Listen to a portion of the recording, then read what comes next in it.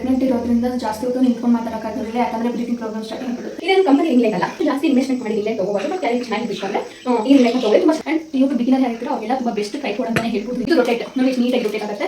But ಒಂದು ಒಳ್ಳೆ tripod ಬೇಕು ಅಂದ್ರೆ ಈ ಟ್ರೈಪಾಡ್ ತಗೊಳ್ಬೋದು. ಲೋಕಲ್ ತಗೊಂಡಿರೋದ್ರಿಂದ ಜಾಸ್ತಿ ಇನ್ವೆಸ್ಟ್ ಮಾಡಿ ಇದ್ಮೇಲೆ ನಾನು 250 ಇಂದ 250 ಒಳಗಡೆ ಸಿಗುತ್ತೆ. ಅಲ್ಲಿ ವಿಡಿಯೋ ಮಾಡಬೇಕಾದ್ರೆ ಅಥವಾ ಹೊರಗಡೆ ಹೋಗಿ ವಿಡಿಯೋ ಶೂಟ್ ಮಾಡ್ತೀವಿ ಅಂದ್ರೆ ತುಂಬಾ ಇಂಪಾರ್ಟೆಂಟ್ ಆಗುತ್ತೆ. ಒಂದು ದಿನ ನಾನು ಈ ಮೈಕ್ ಮೇಲೆ ಯೂಸ್ ಮಾಡಿಲ್ಲ, 300 rupees ಪೇ ಮಾಡಿದ್ದೀನಿ, ಬಟ್ ಗೊತ್ತಿಲ್ಲ.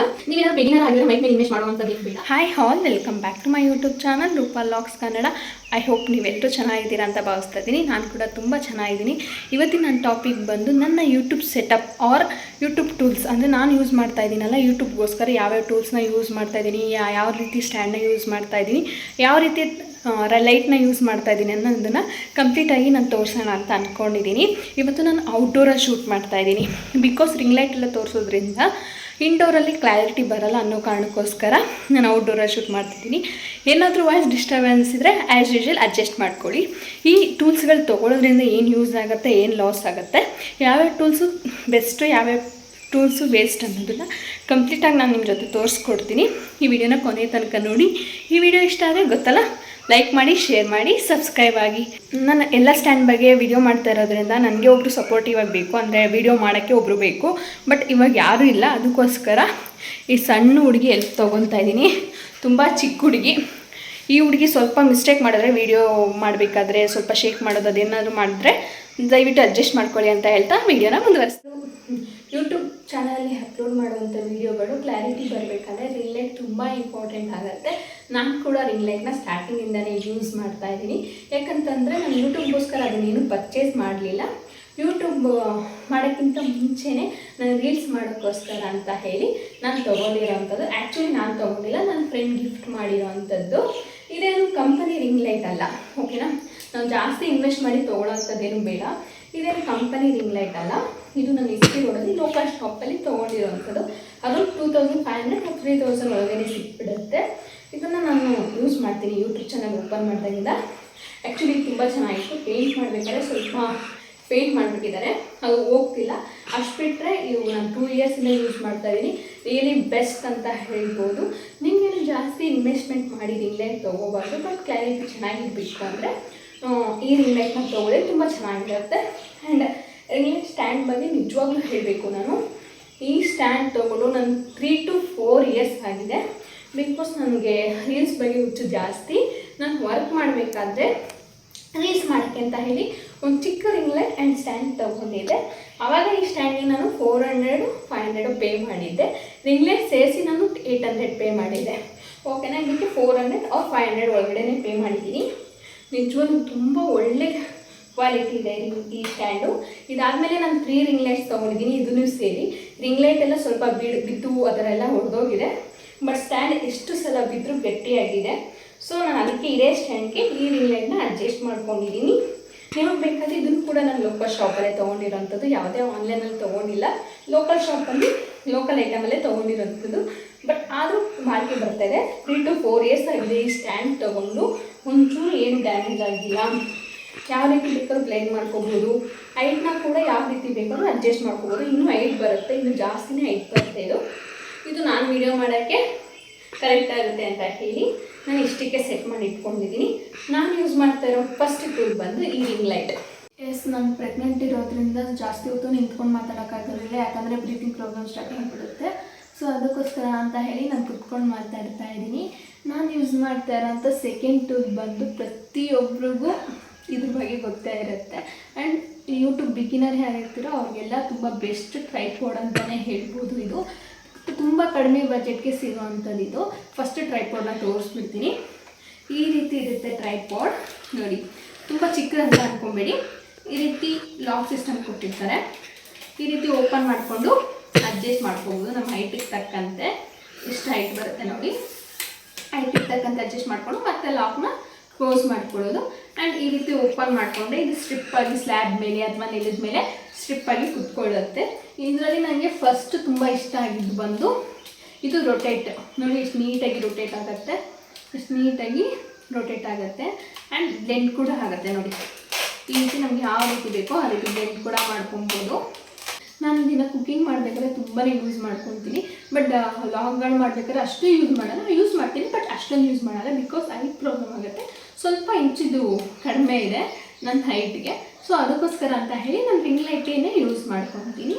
ಬೇರೆ ಏನಾದರೂ ಕುಕಿಂಗ್ ಚಾನಲ್ಲು ಅಥವಾ ಈ ರೀತಿ ಒಂದು ಕಡೆ ಕುತ್ಕೊಂಡು ಮಾತಾಡೋದಾಗಿರ್ಬೋದು, ಆ ರೀತಿ ವಿಡಿಯೋ ಮಾಡಬೇಕಾದ್ರೆ ನಾನು ಇದೇ ರಿಂಗ್ ಲೈಟ್ನ ಯೂಸ್ ಮಾಡ್ಕೊಳ್ಳೋದು, ಇದೇ ಟ್ರೈಪಾಡ್ನ ಯೂಸ್ ಮಾಡ್ಕೊಳ್ಳೋದು. ಯಾಕಂದರೆ ದಿ ಬೆಸ್ಟ್ ಅಂತಲೇ ಹೇಳ್ಬೋದು.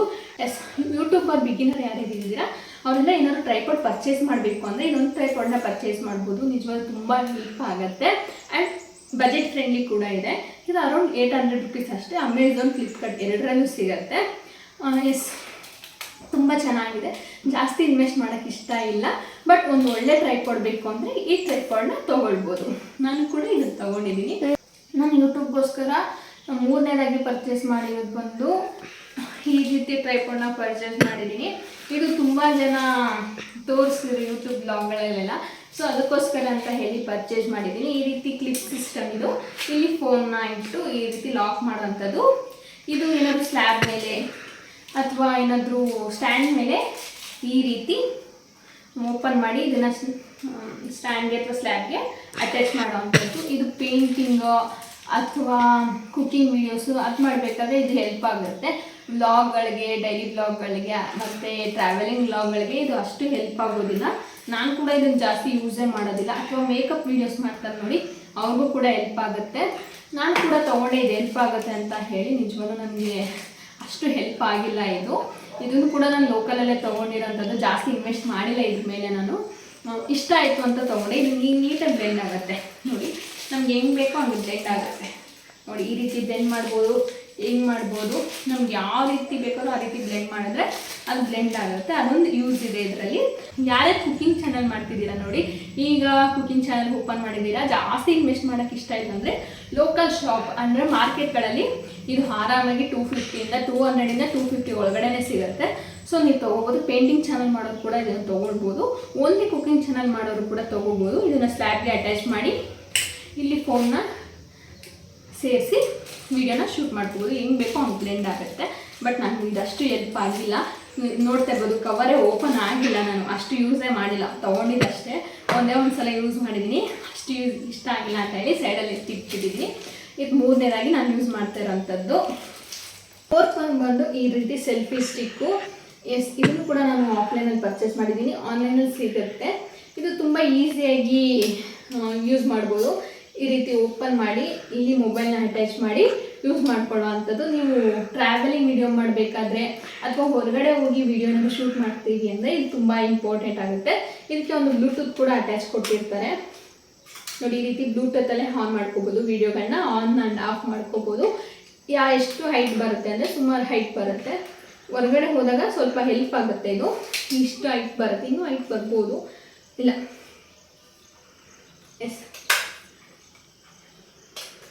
ಈ ರೀತಿ ಹೊರಗಡೆ ಹೋದಾಗಲೂ ವಿಡಿಯೋ ಮಾಡಬೇಕಾದ್ರೆ ಈ ರೀತಿ ಇದನ್ನು ಓಪನ್ ಮಾಡಿ ಒಂದು ಕಡೆ ಸ್ಟ್ಯಾಂಡ್ ಇಕ್ಕಿ ಮಾಡ್ಬೋದು. ಅಥವಾ ಈ ರೀತಿ ಇಟ್ಕೊಂಡು ವಿಡಿಯೋಗಳನ್ನ ಶೂಟ್ ಮಾಡ್ಕೋಬೋದು. ನಮ್ಗೆ ಹೈಟ್ ತಕ್ಕಂತೆ ಕೂಡ ಅಡ್ಜಸ್ಟ್ ಮಾಡ್ಕೋಬೋದು. ಹೊರಗಡೆ ವಿಡಿಯೋಗಳನ್ನ ಜಾಸ್ತಿ ಶೂಟ್ ಮಾಡೋರಿಗೆ ತುಂಬ ಹೆಲ್ಪ್ ಆಗುತ್ತೆ. ಟ್ರಾವೆಲಿಂಗ್ ವೀಡಿಯೋಸ್ ಮಾಡೋರಿಗೂ ತುಂಬ ಹೆಲ್ಪ್ ಆಗುತ್ತೆ. ಇದಕ್ಕೆ ನಾನು ಜಸ್ಟ್ ಒಂದು 350 ಏನೋ ಪೇ ಮಾಡಿದ್ದೀನಿ. ವರ್ತ್ ಅಂತ ಅನಿಸುತ್ತೆ. ಸೊ ಇದು 4th ಒನ್ನು. ಇದಿಷ್ಟು ನಾನು ಯೂಟ್ಯೂಬ್ಗೋಸ್ಕರ ಯೂಸ್ ಮಾಡೋಂಥ ರಿಂಗ್ ಲೈಟ್, ಟ್ರೈಪಾಡು ಮತ್ತು ಟೂಲ್ಸ್ ಆಗಿರ್ಬೋದು. ಆ್ಯಂಡ್ ಮೇಯ್ನಾಗಿ ಬೇಕಾಗಿರುವಂಥದ್ದು ಯೂಟ್ಯೂಬ್ಗೆ ಮೈಕ್.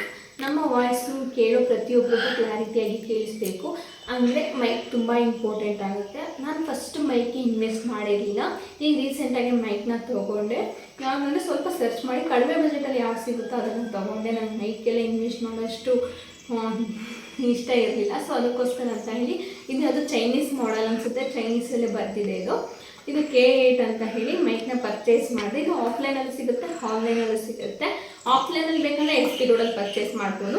ಆನ್ಲೈನಲ್ಲಿ ಬೇಕಂದರೆ ಅಮೆಝಾನ್, ಫ್ಲಿಪ್ಕಾರ್ಟಲ್ಲಿ ಕೂಡ ಪರ್ಚೇಸ್ ಮಾಡ್ಬೋದು. ಇದನ್ನು ತುಂಬ ಇಷ್ಟಪಟ್ಟು ತೊಗೊಂಡೆ ಮೈಕ್ನ. ಬಿಕಾಸ್ ಮೈಕ್ ಇದ್ರೆ ವಾಯ್ಸ್ ತುಂಬ ಕ್ಲಾರಿಟಿ ಆಗಿರುತ್ತೆ ಅಂತ ಹೇಳಿ. ಬಟ್ ನಿಜ ಹೇಳಬೇಕಂದ್ರೆ ಒಂದು ದಿನವೂ ನಾನು ಈ ಮೈಕ್ನ ಯೂಸ್ ಮಾಡಿಲ್ಲ. ಅಂದರೆ ಯೂಸ್ ಮಾಡಿದ್ದೀನಿ, ಅದರಲ್ಲಿ ಬರುವಂಥ ವಾಯ್ಸ್ ಕ್ಲಾರಿಟಿ ನಂಗೆ ಒಂಚೂರು ಇಷ್ಟ ಆಗಿಲ್ಲ. ನನಗೆ ನಾರ್ಮಲ್ ವಾಯ್ಸೇ ತುಂಬ ಚೆನ್ನಾಗಿದೆ ಅಂತ ಅನ್ನಿಸ್ತು. ನಿಜವಾಗ್ಲೂ ವರ್ತಿಲ್ಲ ಇದು. ನಾನು 300 ರುಪೀಸ್ ಏನೋ ಪೇ ಮಾಡಿದ್ದೀನಿ, ಬಟ್ ವರ್ತಿಲ್ಲ.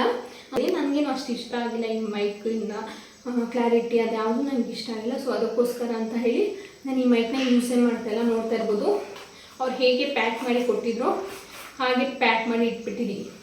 ಈ ರೀತಿ ಇರುತ್ತೆ ಒಳಗಡೆ ಮೈಕ್. ಇದನ್ನು ಇಲ್ಲಿಗೆ ಫಿಕ್ಸ್ ಮಾಡಿ ಮಾತಾಡೋವಂಥದ್ದು. ಬಟ್ ನನಗೆ ಇದೇನು ಅಷ್ಟೊಂದು ಇಷ್ಟ ಆಗಿಲ್ಲ. ಸೊ ಅದಕ್ಕೋಸ್ಕರ ಅಂತ ಹೇಳಿ ಇದೇ ರೀತಿ ಪ್ಯಾಕ್ ಮಾಡಿ ಇಟ್ಟಿದ್ದೀನಿ. ನೀವೇನಾದರೂ ಮೈಕ್ ತೊಗೋಬೇಕು ಅಂತ ಆದರೆ ಸ್ವಲ್ಪ ಒಳ್ಳೆ ಬಜೆಟ್ ಅಂದರೆ 1000 ಮೇಲಿರುವಂಥ ಮೈಕನ್ನು ಪರ್ಚೇಸ್ ಮಾಡಿ. ನೀವೇನಾದ್ರು ಬಿಗಿನರ್ ಆಗಿದ್ರೆ ಮೈಕ್ ಮೇಲೆ ಇನ್ವೆಸ್ಟ್ ಮಾಡೋವಂಥದ್ದು ಏನು ಬೇಡ. ಯಾಕಂತಂದ್ರೆ ನಮ್ಮ ರಿಯಲ್ ವಾಯ್ಸೇ ಒಬ್ಬೊಬ್ರದ್ದು ತುಂಬ ಚೆನ್ನಾಗಿರುತ್ತೆ. ನಾನು ಕೂಡ ಇವತ್ತಿನವರೆಗೂ ಒಂದು ಮೈಕು ಯೂಸ್ ಮಾಡ್ದೇ ವಾಯ್ಸ್ ಓವರ್ ಕೊಟ್ಟಿದ್ದೀನಿ. ಸೊ ಅದಕ್ಕೋಸ್ಕರ ಹೇಳ್ತಾ ಇದ್ದೀನಿ, ನೀವು ಬಿಗಿನರ್ ಆಗಿದ್ರೆ ಮೈಕ್ ಮೇಲೆ ಇನ್ವೆಸ್ಟ್ ಮಾಡಬೇಡಿ. ನಿಮಗೆ ಯೂಟ್ಯೂಬಿಂದ ಯಾವಾಗ ಅರ್ನಿಂಗ್ ಸ್ಟಾರ್ಟ್ ಆಗಿದೆ ಅಂತ ಗೊತ್ತಾಗುತ್ತೋ ಆವಾಗ ನೀವು ಮೈಕ್ ಮೇಲೆ ಇನ್ವೆಸ್ಟ್ ಮಾಡಿ ಒಳ್ಳೆ ಮೈಕ್ನ ತೊಗೊಳ್ಳಿ ಅಂತ ಹೇಳ್ತೀನಿ. ಇದಿಷ್ಟು ನಾನು ಯೂಟ್ಯೂಬ್ಗೋಸ್ಕರ ತೊಗೊಂಡಿರೋಂಥ ಟೂಲ್ಸು, ಟ್ರೈಪಾಡು, ರಿಂಗ್ ಲೈಟು. ಇದರಲ್ಲಿ ದಿ ಬೆಸ್ಟ್ ಯಾವುದು ಅಂದರೆ ಈ ರಿಂಗ್ ಲೈಟ್ ಅಂತ ಹೇಳೋಕ್ಕೆ ಇಷ್ಟಪಡ್ತೀನಿ. ಯಾಕಂತಂದರೆ ನಾವು ಮಾಡೋ ಪ್ರತಿಯೊಂದು ವೀಡಿಯೋನು ಕ್ಲಾರಿಟಿ ತುಂಬ ಇಂಪಾರ್ಟೆಂಟ್ ಆಗಿರುತ್ತೆ.